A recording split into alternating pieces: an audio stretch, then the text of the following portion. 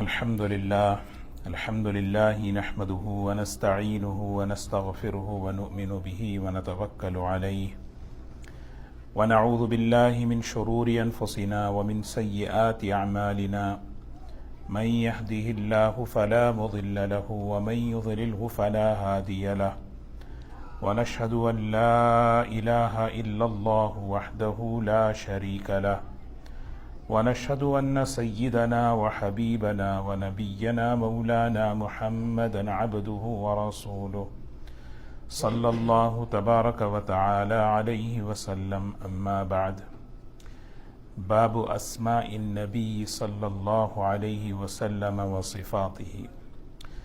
الفصل الأول.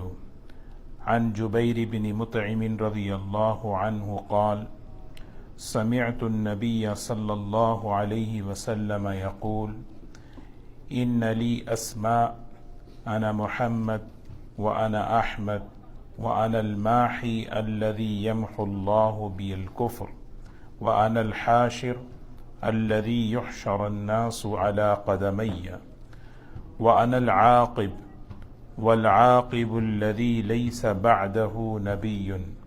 متفق علیہ. قابل احترام بزرگوں، دوستو، نبی کریم صلی اللہ علیہ وسلم کے فضائل حدیث میں بیان فرما رہے ہیں. کسی بھی چیز کی فضیلت کو بیان کرنے کا مقصد یہ ہوتا ہے کہ اس سے ہمارا تعلق پیدا ہو. کسی بھی عمل کی فضیلت اسی لیے بیان کی جاتی ہے کہ وہ عمل ہماری زندگی میں آئے، یہ مقصد ہے، تاکہ ہم اس عمل کی برکتوں سے فائدہ اٹھائیں. تو یہاں حدیث کی کتابوں میں مستقل ایک چیپٹر ہے فضائل سید المرسلین صلی اللہ علیہ وسلم، نبی کریم صلی اللہ علیہ وسلم کے فضائل. اللہ کے رسول صلی اللہ علیہ وسلم کے فضائل کو بیان کرنے کا مقصد کہ ہر امتی کا تعلق پیدا ہو حضور صلی اللہ علیہ وسلم سے. تعلق پیدا ہوگا، محبت پیدا ہوگی، اتباع کا شوق پیدا ہوگا کہ آدمی جو ہے آپ کی اتباع کرے گا. اتباع کہتے ہیں آپ کی تعلیمات پر عمل کرنا، آپ کی باتوں پر عمل کرنا. یہ تعلق کی بنیاد پر ہے، اور تعلق کو پیدا کرنے کے لیے بتایا جاتا ہے کہ اللہ تعالیٰ نے حضور اکرم صلی اللہ علیہ وسلم پہ کیسے بہترین کمالات اور خوبیاں اور خصوصیات اللہ نے عطا فرمائی. تو یہاں پر ایک حدیث میں نے پڑھی ہے، باب اسماء النبی صلی اللہ علیہ وسلم وصفاتہ. حضور اکرم صلی اللہ علیہ وسلم کے مبارک نام اور اللہ کے رسول صلی اللہ علیہ وسلم کے مبارک صفات. نام ذاتی ہوتا ہے، صفات بے شمار ہوتے ہیں. جیسے اللہ کے رسول صلی اللہ علیہ وسلم کے نام بڑے مختصر. ایک حدیث میں فرمایا نام احمد، محمد، ماحی، حاشر، عاقب، 5 نام بیان فرمائے. صفات بے شمار ہیں. حضرات محدثین نے حضور اکرم صلی اللہ علیہ وسلم کی صفات بے شمار بتائے ہیں. کسی نے کہا 99 صفات ہیں، کسی نے کہا کہ 400 صفات ہیں. قرآن پاک کے اندر بھی آپ کے بہت سے صفات کا تذکرہ ہے، اور پچھلی آسمانی کتابوں میں بھی آپ کے صفات کا تذکرہ ہے. اور پچھلی نبیوں نے، انبیاء علیہ السلام کی جو جماعت گزری، ان کی زبانوں سے بھی حضور صلی اللہ علیہ وسلم کے صفات کا تذکرہ گزرا ہے. تو پچھلی آسمانی کتابوں میں جو صفات ہیں، نبیوں کی زبانوں سے جو نکلے ہیں، قرآن پاک کے اندر جو آپ کے صفات ہیں، بے شمار ہیں. اگر ان سب کو اگر ملائیں تو اللہ کے رسول صلی اللہ علیہ وسلم کے بے شمار صفات، یعنی آپ کی کوالٹیز، آپ کی خوبیاں ہے نا. لیکن نام کیا ہیں؟ آج اس حدیث کو میں عرض کروں گا کہ اللہ کے رسول صلی اللہ علیہ وسلم کا نام جیسے ہی سیرت کی کتابوں میں لکھا ہے کہ نبی کریم صلی اللہ علیہ وسلم کی ولادت مبارکہ ہوئی تو آپ کے والد حضرت عبداللہ وہ دنیا سے پہلے ہی رخصت ہو چکے تھے، ان کی وفات ہو چکی تھی۔ تو 7ویں دن حضور صلی اللہ علیہ وسلم کے دادا عبد المطلب نے آپ کا نام محمد رکھا۔ مکے کے اندر عربوں میں اس طرح کا نام رکھنے کا رواج نہیں تھا، وہاں نام رکھتے تھے عبداللات، عبد العزیٰ، ایسے عبد شمس، مشرکانہ نام رکھتے تھے۔ تو عرب جو ہے اہل لسان تھے، زبان جانتے تھے، عربی زبان۔ تو حضرت عبد المطلب نے جب حضور صلی اللہ علیہ وسلم کا نام محمد رکھا تو وہاں کے لوگوں نے پوچھا کہ یہ نام آپ نے کیوں رکھا؟ یہ نام آپ نے پہلی مرتبہ یہ نام سن رہے ہیں، اس سے پہلے تو ہم نے کبھی یہ نام سنا ہی نہیں، تو یہ نام کیسے آپ نے رکھا؟ تو 2 باتیں سیرت کی کتابوں میں لکھیں، ایک کس وجہ سے نام رکھے اور اس نام کا جو پس منظر بیک گراؤنڈ کیا تھا اس کو بھی بیان کیا۔ سب سے پہلے انہوں نے کہا کہ دیکھو نبی کریم صلی اللہ علیہ وسلم کی ولادت مبارکہ سے پہلے میں نے ایک خواب دیکھا، اس پر میرے پوتے کے پیدا ہونے سے پہلے میں نے ایک خواب دیکھا۔ وہ خواب یہ تھا کہ ایک زنجیر، چاندی کی زنجیر چمکتی ہوئی، وہ ایسی کہ زمین سے لے کر آسمان کی طرف جا رہی ہے، اور اس کا ایک حصہ زنجیر کا مشرق کی طرف، ایک حصہ مغرب کی طرف، اور لوگ اس زنجیر سے لپٹ رہے ہیں، چمٹ رہے ہیں اور اس سے جڑ رہے ہیں۔ تو میں نے دیکھا یہ کیا ہو رہا ہے۔ پھر وہ خواب میں نے وہاں کے جو تعبیر بیان کرنے والے جو ہوتے ہیں ان سے میں نے ایک خواب بیان کیا، تو انہوں نے کہا کہ دیکھو تمہارے گھر میں ایک پوتا، تمہارے ہاں پوتا پیدا ہونے والا ہے، بچہ پیدا ہونے والا ہے، وہ لوگوں کے لیے بڑا محبوب ہوگا، لوگ اس سے جڑیں گے اور اس کی تعریف ہوگی، اس بچے کی تعریف ہوگی۔ تو کہتے ہیں کہ میں نے اسی وقت طے کیا کہ میں اپنے پوتے کا نام محمد رکھنا ہے صلی اللہ علیہ وسلم۔ محمد حمد ہے نا، حمد کہتے ہیں تعریف کو، حمد اصل میں عربی میں کہتے ہیں تعریف کو۔ محمد یہ اگر ہم دیکھیں اس کا جو عربی گرامر کے اعتبار سے یہ باب تفعیل سے ہے، یہ اسم مفعول ہے۔ محمد کے معنی تعریف جس کی جا رہی ہے۔ اگر ذرا سا یہاں غور سے توجہ سے اگر یہ نام اگر سوچیں، اس کے بارے میں محدثین نے جو اس کی تشریح کی ہے، ایک معنی کیا ہے؟ جس کی تعریف مسلسل ہو رہی ہو، مسلسل ہو رہی ہو، اس تعریف میں کبھی انقطاع کے معنی ہے کبھی رکنا، کبھی جو ہے ڈسکنیکٹڈ نہیں ہے، تعریف ہو رہی ہے۔ حضور اکرم صلی اللہ علیہ وسلم کی تعریف ہو رہی ہے، اب بھی ہو رہی ہے، قیامت تک ہوگی۔ خود آپ کا نام لینا تعریف ہے، محمد صلی اللہ علیہ وسلم، یعنی ہم نام لیتے ہیں محمد، یہ خود تعریف ہے۔ تو دادا نے نام اسی لیے رکھا کہ یہ بچے کی تعریف ہو، آسمانوں میں اس کی تعریف، زمین میں اس کی تعریف، اس کی خوب تعریف ہو۔ اللہ تعریف کر رہے ہیں قرآن پاک کے اندر، کتنی جگہ ہیں، محمد الرسول اللہ، ما كان محمد ابا احد من رجالکم والذین آمنوا وعملوا الصالحات وآمنوا بما نزل على محمد وهو الحق من ربهم۔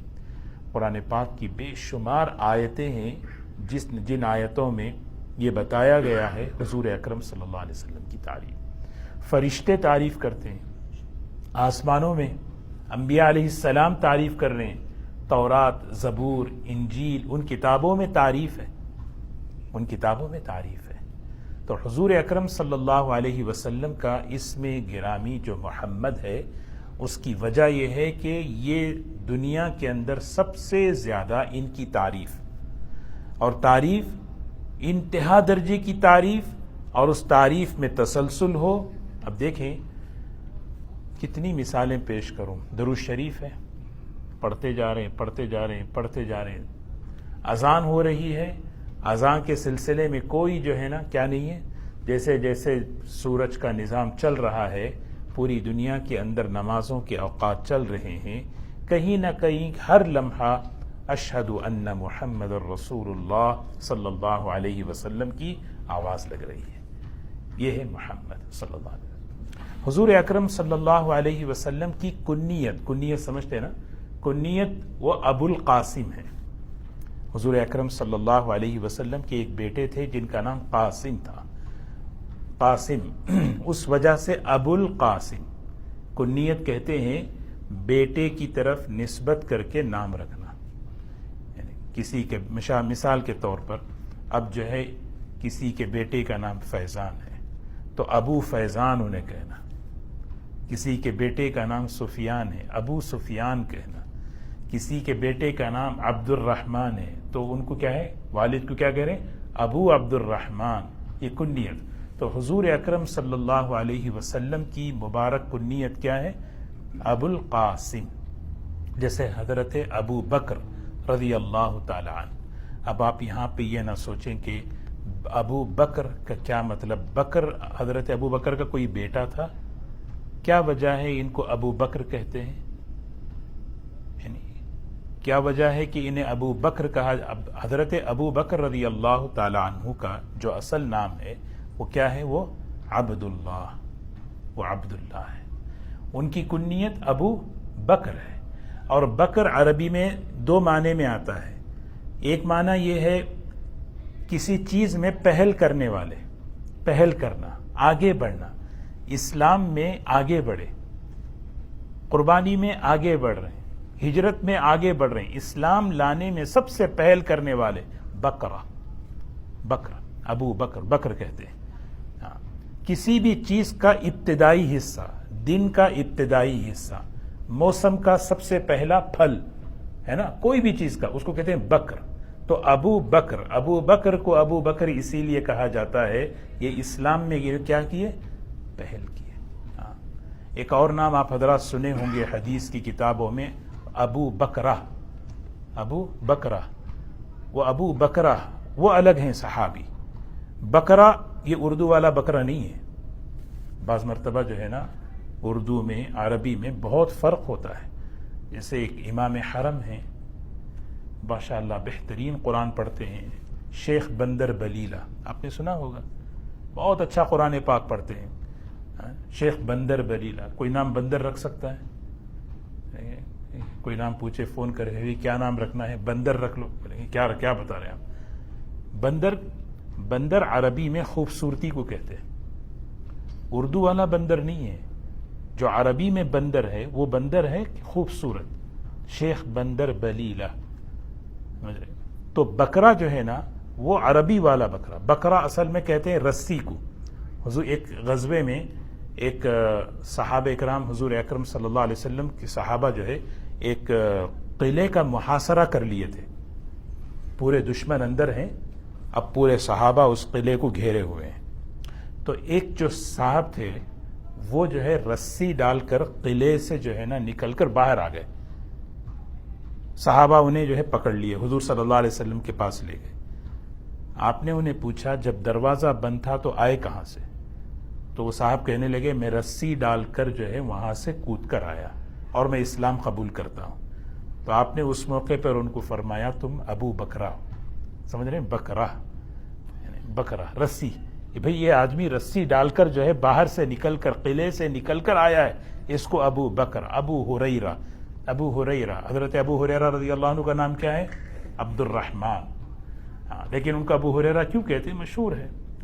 اسی طرح یہ موقع نہیں ہے ابو دردا، ابو ذر، ہے نا، یہ سب جو ہے ایک کنیت ہے. یہ سب ابو تراب. حضرت علی رضی اللہ تعالی عنہ کی جو کنیت تھی ابو تراب. ایک مرتبہ میاں بیوی میں کچھ تھوڑا سا انبن ہو گئی، مسجد میں جا کے لیٹ گئے اور حضرت علی رضی اللہ تعالی عنہ لیٹے ہوئے. حضور صلی اللہ علیہ وسلم تشریف لائے اور دیکھا تو مسجد نبوی میں کارپیٹ کہاں ہے، وہاں پہ تو جو ہے صرف مٹی تھی. وہ مٹی کے جو ہے نا کچھ ذرات تھے. تو حضرت حضور صلی اللہ علیہ وسلم نے جب اٹھایا تو مٹی لگی ہوئی تھی. قم یا ابا تراب، اے ابو تراب. تراب عربی میں کسے کہتے ہیں؟ مٹی کو کہتے ہیں. تو حضرت علی رضی اللہ تعالیٰ عنہ بہت پسند کرتے تھے. کوئی انہیں ابو الحسن کہتا، ابو الحسن، حسن ان کے بیٹے ہیں، ابو الحسن کہتا تو اتنا ان کو خوشی نہیں ہوتی تھی جتنا ابو تراب کہنے پہ خوشی ہوتی تھی. کیونکہ ابو تراب یہ معنی، یہ لقب ملا حضور اکرم صلی اللہ علیہ وسلم کی زبان مبارک سے. صحابہ میں یہ مزاج تھا. میں نے پہلے بھی یہ بات عرض کی. ایک صحابی ہیں حضرت سفینہ رضی اللہ تعالیٰ عنہ. سفینہ ان کا نام کچھ اور ہے. وہ جو ہے قافلہ آ رہا تھا ایک غزوے سے، بڑے بھولے بھالے سارے لوگ ان کو جو ہے کیا کر رہے ہیں، اپنا سامان دے دیے. وہ سب کا سامان لے کے جو ہے وہ آ رہے ہیں. حضور صلی اللہ علیہ وسلم نے دیکھا. ہوتے نا کہ ایک آدمی جو ہے جماعت میں بھولا بھالا ہو، ساری کام اسی کے میں لگا دیتے ہیں.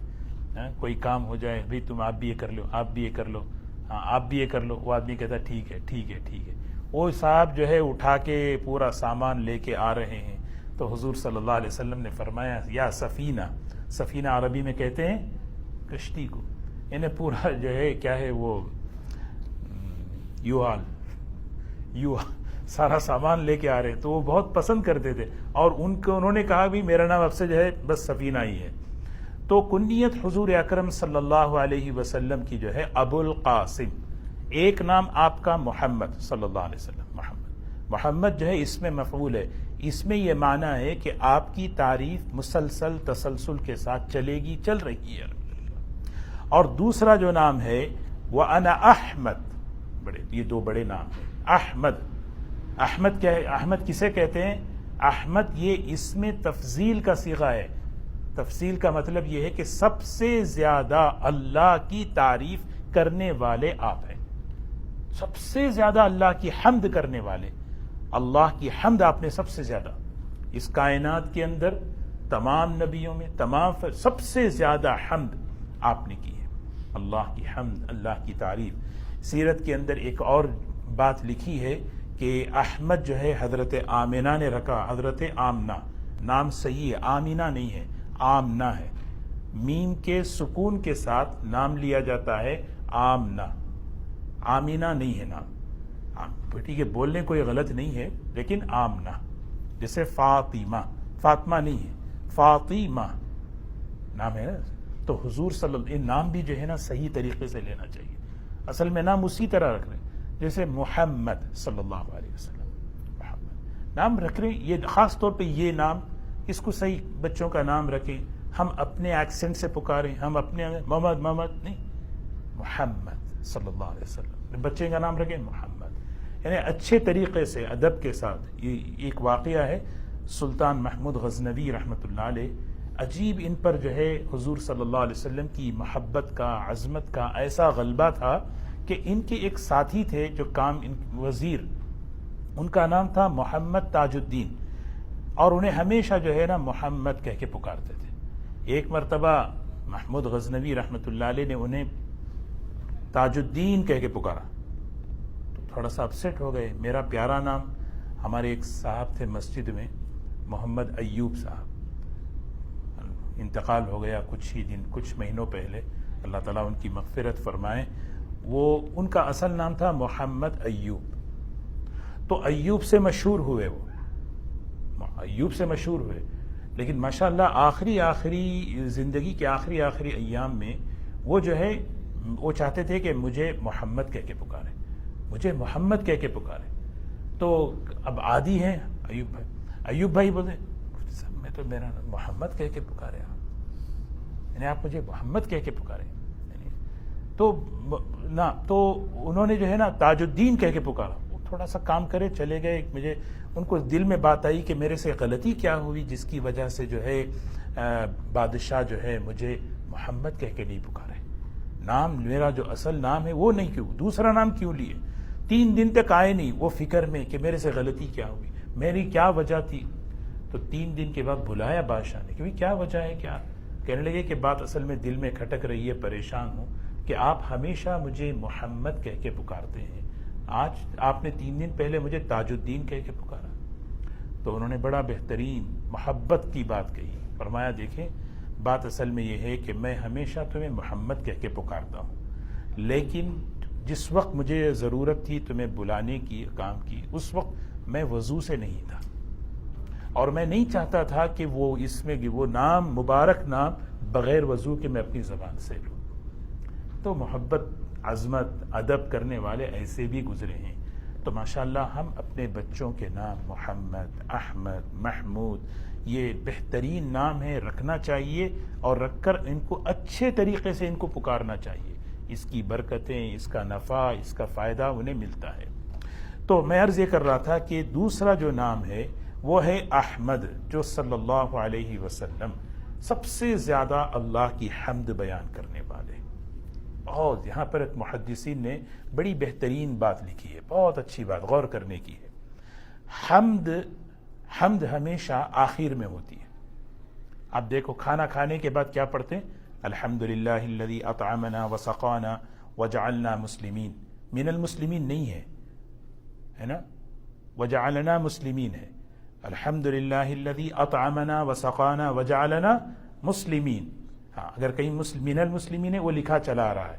ہاں، ہمارے استاد تھے، انہوں نے کہا کئی حدیثوں کی کتابیں میں نے دیکھ لی، من المسلمین کہیں نہیں ہے۔ سمجھ رہے؟ ایسی دعائیں جو ہے نا زبان پہ چل جاتی ہیں، افطار کی دعائیں نا، اللہم لک صمت وبک آمنت وعلی رزقک، یہ سب لمبی، اللہم لک صمت وعلی رزقک افطرت، بس یہی دعا ہے۔ اگر یہ دعا پڑھیں، کیوں بھئی روزہ لگائے جلدی افطاری کرنا ہے آپ کو؟ نہیں، اصل دعا یہی ہے۔ آپ ایڈ کر لیں، لیکن جو ہے نا، لیکن جو مسنون دعا ہے وہ تو اچھا، میں عرض کر رہا تھا کہ حمد ہمیشہ کہاں ہوتی ہے؟ آخر میں ہوتی ہے۔ جیسے آدمی جو ہے نا سو جائے رات میں عشاء پڑھ کے، نیند مکمل ہونے پر کیا دعا پڑھتے ہیں؟ الحمدللہ الذی احیانا بعدما اماتنا۔ نیند مکمل ہوئی نا، نیند مکمل ہوتے ہی دعا پڑھ رہے ہیں، اس نعمت کی مکمل پر یہ دعا پڑھ رہے ہیں۔ ہاں، کھانے کی نعمت ہے، مکمل ہوئی، دعا پڑھ رہے ہیں۔ اسی لیے حضور صلی اللہ علیہ وسلم کی ایک مسنون، ایک سنت تھی، جب بھی کوئی کام آپ چاہتے کرنا اور وہ کام ہو جاتا تو آپ یہ دعا پڑھتے، الحمدللہ بعزتہ ونعمتہ وجلالہ تتم الصالحات۔ یہ دعا پڑھتے تھے، یعنی اس میں بھی حمد ہے، میرا کام ہو گیا۔ تو ہمیشہ حمد آخر میں، حمد آخر میں۔